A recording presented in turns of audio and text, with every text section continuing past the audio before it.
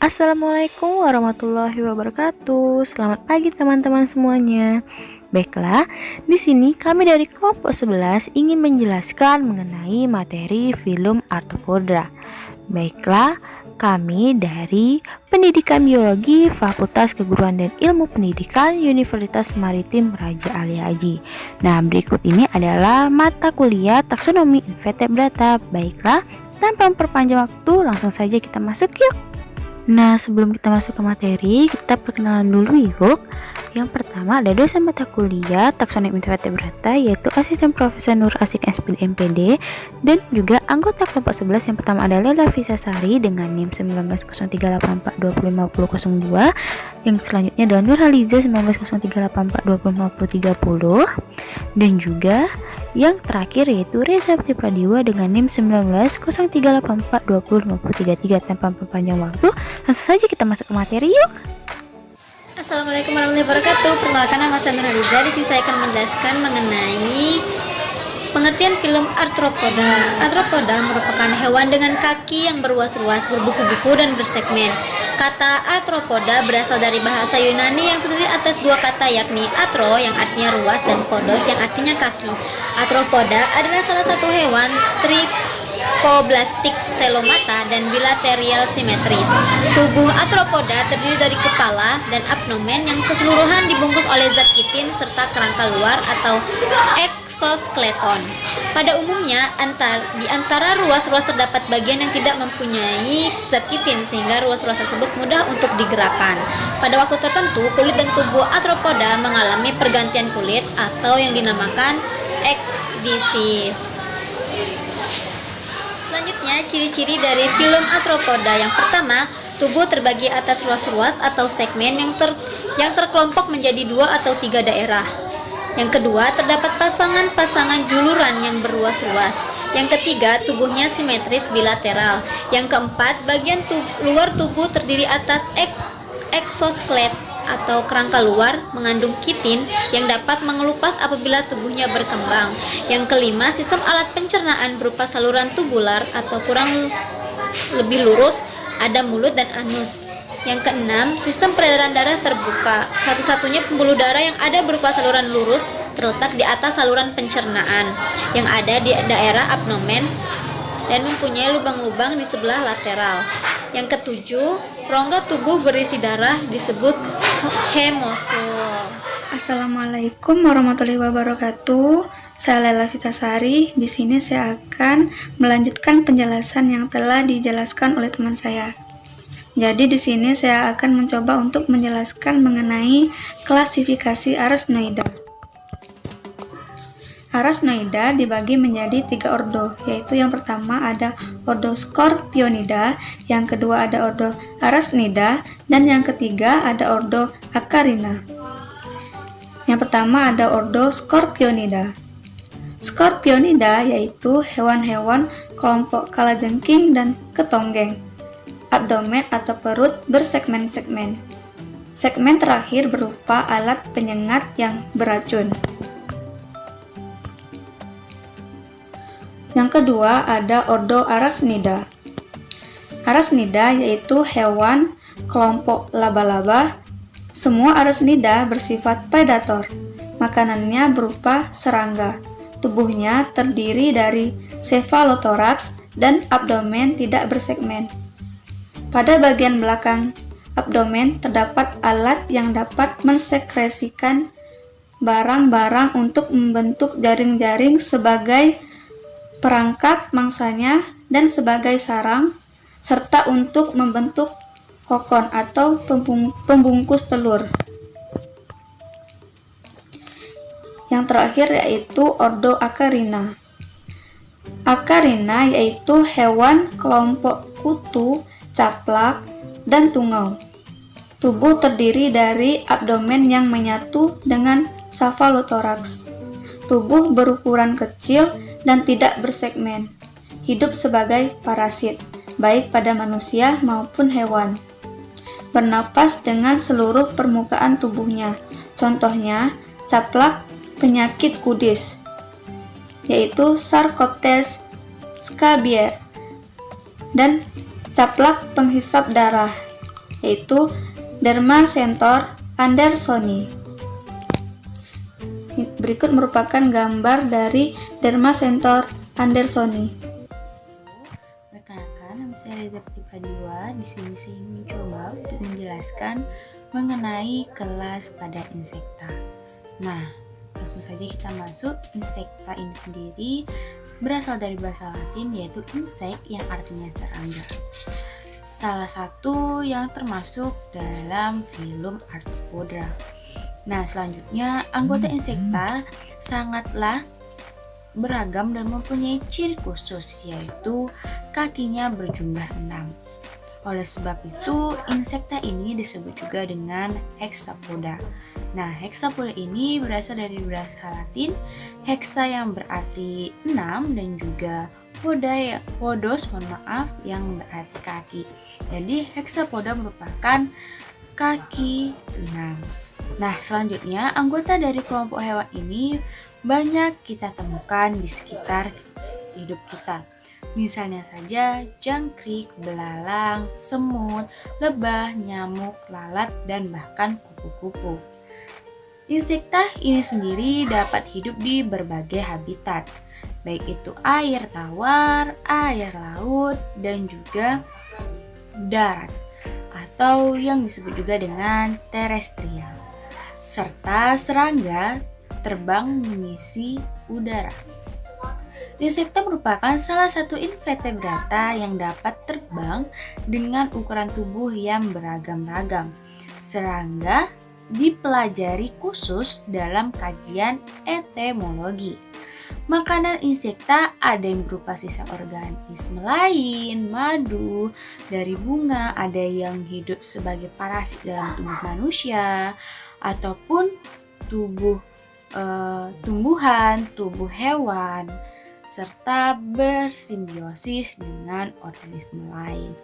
Selanjutnya, adapun struktur tubuh insekta, yang pertama, tubuhnya terbagi menjadi 3 bagian, yaitu kepala yang disebut juga dengan kaput, yang selanjutnya ada dada atau toraks, dan yang terakhir itu ada perut atau abdomen. Pada bagian dada terdiri dari 3 segmen, yang mana pada bagian perutnya terdiri kurang lebih 11 segmen, di mana segmen terakhir berubah menjadi alat genital.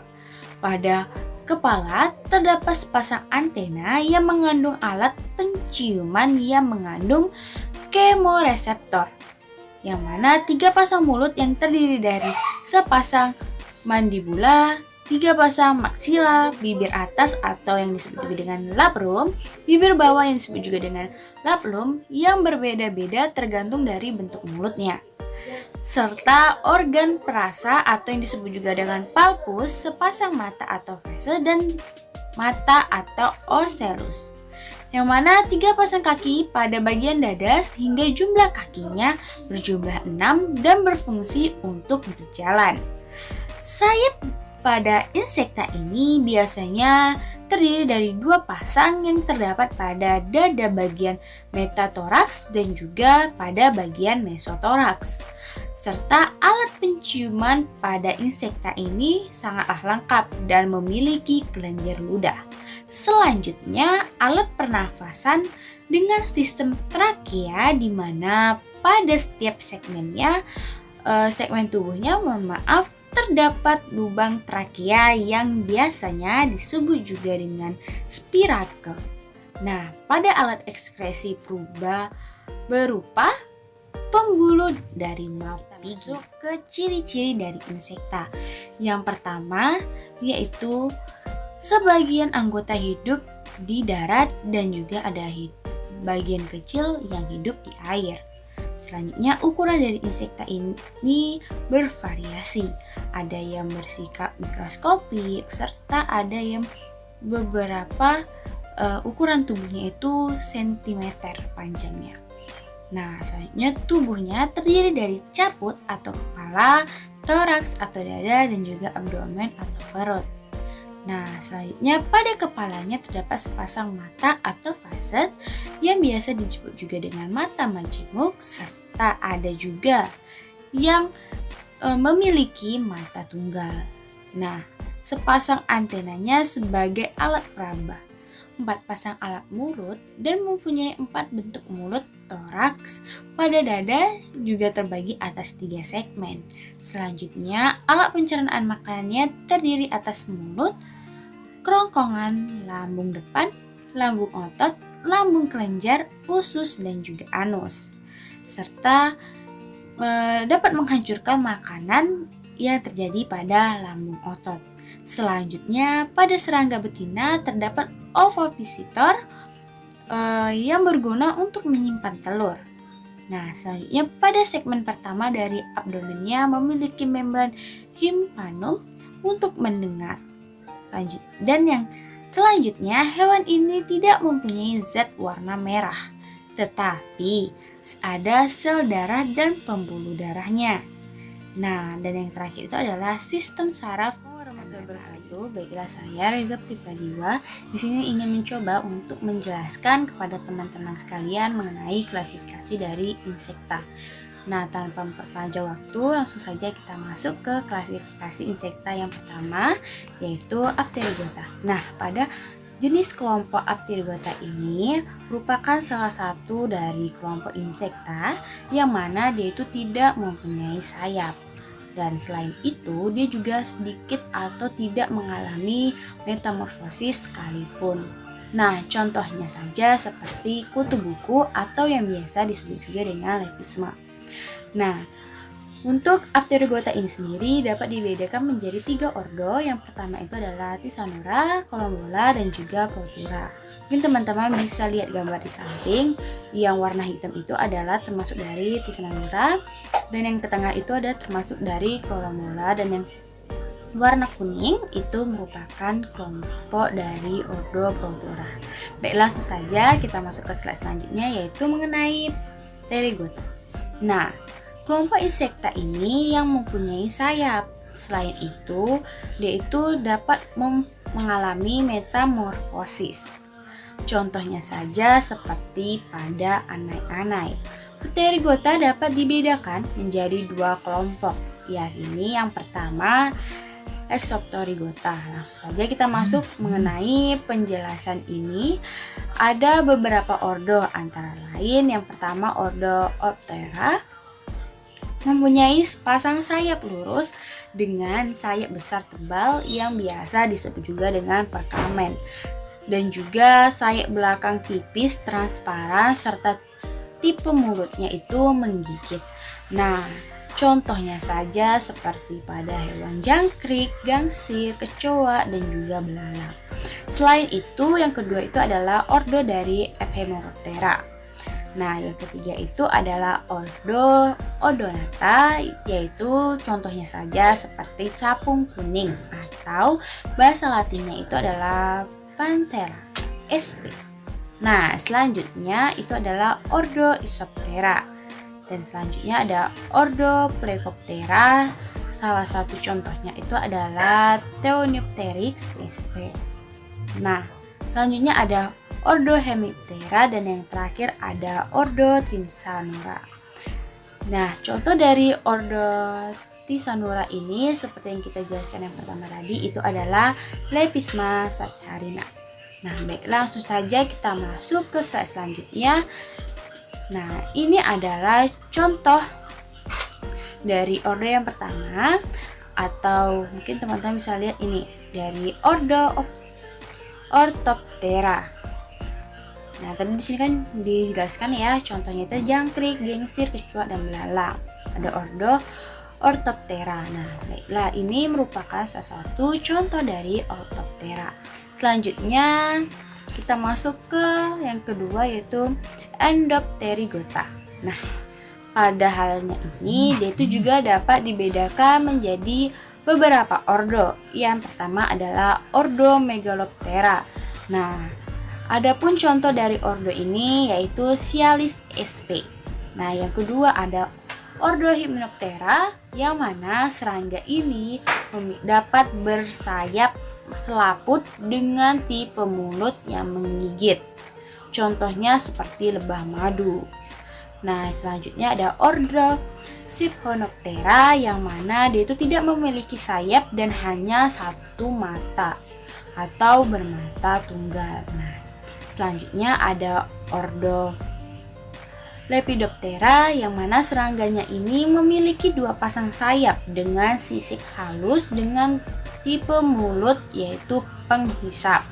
Nah, contohnya saja seperti kupu-kupu. Selanjutnya ada ordo Coleoptera yang mana dia itu memiliki sepasang sayap dengan tebal atau yang biasa disebut juga dengan elytra dan tipe mulut menggigit. Contohnya saja seperti kumbang kelapa dan juga kepi. Nah, untuk yang terakhir adalah ordo Diptera yang mana dia itu memiliki sepasang sayap dan juga sayap belakangnya itu dapat berubah menjadi keseimbangan yang biasa disebut juga dengan halter. Tipe mulut menjilat, tetapi ada juga beberapa spesies yang menggigit. Nah, contohnya itu seperti lalat dan juga nyamuk. Baiklah, langsung saja kita masuk ke penjelasan selanjutnya. Nah, ini merupakan contoh dari ordo-ordo yang telah kita sebutkan tadi. Yang pertama ada lebah madu, kupu-kupu, dan juga kepik. Nah, baiklah kita langsung saja masuk ke perkembangan insekta. Nah, insekta ini selama pertumbuhan dari telur sampai juga dengan dewasa dapat mengalami metamorfosis. Metamorfosis ini apa sih? Nah, metamorfosis ini merupakan salah satu perubahan bentuk secara bertahap menuju ke arah kedewasaan. Metamorfosis ini juga dapat dibedakan menjadi dua pada perkembangan insekta ini. Nah, yang pertama itu yang adalah metamorfosis tidak sempurna atau yang biasa disebut juga dengan hemimetabola, yaitu dari telur menetas menjadi nimfa. Yang mana nimfa ini miniatur dewasa dan juga menjadi dewasa yang disebut juga dengan imago. Contohnya tuh seperti apa sih? Nah, contohnya itu yang pertama ada jangkrik, kedua ada belalang, dan yang ketiga ada sayap. Nah, selanjutnya metamorfosis sempurna. Nah, pada metamorfosis sempurna ini dia itu dapat disebut juga dengan holometabola. Nah, pada metamorfosis sempurna merupakan dia itu bertahap dari telur yang menetas menjadi larva, kemudian dia berkembang menjadi pupa dan akhirnya menjadi dewasa atau yang biasa disebut juga dengan imago. Nah, apa sih contoh dari metamorfosis sempurna ini? Nah, contoh dari metamorfosis sempurna ini antara lain seperti kupu-kupu, lebah, lalat, dan juga nyamuk. Baiklah, kita langsung saja masuk ke tahapan dari metamorfosis pada insekta. Nah, yang pertama ini adalah tahapan metamorfosis tidak sempurna. Mungkin teman-teman bisa lihat ya, dia itu telur. Dari telur dia itu langsung ke tahapan tidak dari istilahnya tidak dari larva. Nah, atau yang biasa ini disebut juga dengan nimfa. Dia dari bertelur dia itu langsung sudah dapat berkembang. Nah, perkembangannya ini tidak nampak dari kecil ke dewasanya, makanya di sini disebut nimfa. Nah, selanjutnya untuk metamorfosis sempurna ini dia itu ada dari bertahap, dia dari telur dulu, habis itu dari larva dulu, dari pupa dulu, dan baru dewasa. Itu namanya metamorfosis sempurna. Yaitu peranan Arachnoida bagi kehidupan manusia. Arachnoida bermanfaat untuk pengendalian populasi serangga, terutama serangga hama. Selain itu, adapun keuntungan atau manfaat dari filum Arachnoida ini seperti peranan terhadap ekosistem tanah. Hal ini dikarenakan keragaman organisme tanah penting dalam berlangsungnya ekosistem tanah karena mereka berperan dalam pembentukan dan stabilitas struktur, kesuburan dan penyanggaan atau buffering, yaitu tanah. Mungkin hanya itu penjelasan yang dapat saya sampaikan. Terlebih dan terkurang saya mohon maaf. Sekian, terima kasih. Wassalamualaikum warahmatullahi wabarakatuh.